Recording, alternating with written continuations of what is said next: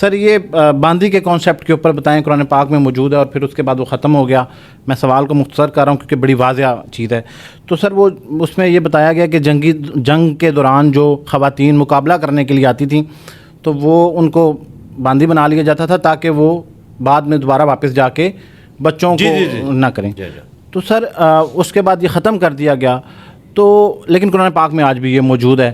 تو سر آج کے دور میں اگر جنگ لگ گئی ہے اور دشمن ملک جو ہے وہ خواتین کے ساتھ حملہ کر دیتا ہے تو پھر یہ رول اپلائی ہوگا یا جی اپلائی ہوگا؟ یہ باندی کا کانسیپٹ آ جائے گا؟ ختم نہیں ہوا، آبسلیٹ ہوا ہے.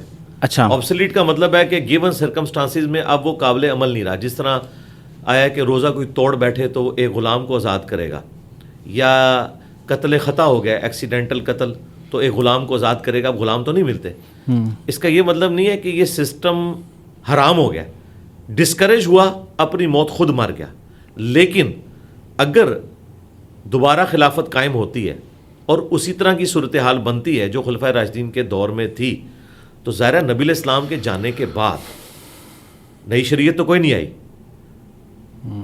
تو خلفائے راشدین کے دور میں اگر ایک چیز چل رہی تھی تو آج بھی اسی طریقے سے ویلڈ ہے. ہاں، نبی اسلام اگر اپنی مبارک زندگی میں کسی چیز کو حرام کر جاتے نا تو پھر خلفائے راشدین اسے آگے لے کے نہ چلتے. لیکن ہم نے دیکھا ہے پریکٹیکلی خلفائے راشدین کے دور کے اندر جو عورتیں جنگ لڑنے کے لیے آئی ہیں انہیں جنگی قیدی بنایا گیا، بچوں کو بھی جنگی قیدی بنایا گیا، اور جو مرد تھے وہ قتل کیے گئے ہیں، یا اگر قیدی ہوئے ہیں تو فدیہ لے کے چھوڑ دیے گئے. تو اس کو حرام تو کسی مکتب فکر کے نزدیک یہ حرام نہیں ہے، آبسلیٹ ہو گیا آٹومیٹیکلی. رہا اب کا معاملہ، اب تو خلافت کا نظام ہی نہیں ہے، اب کنٹریز بن چکے ہیں، حکومتیں ہیں.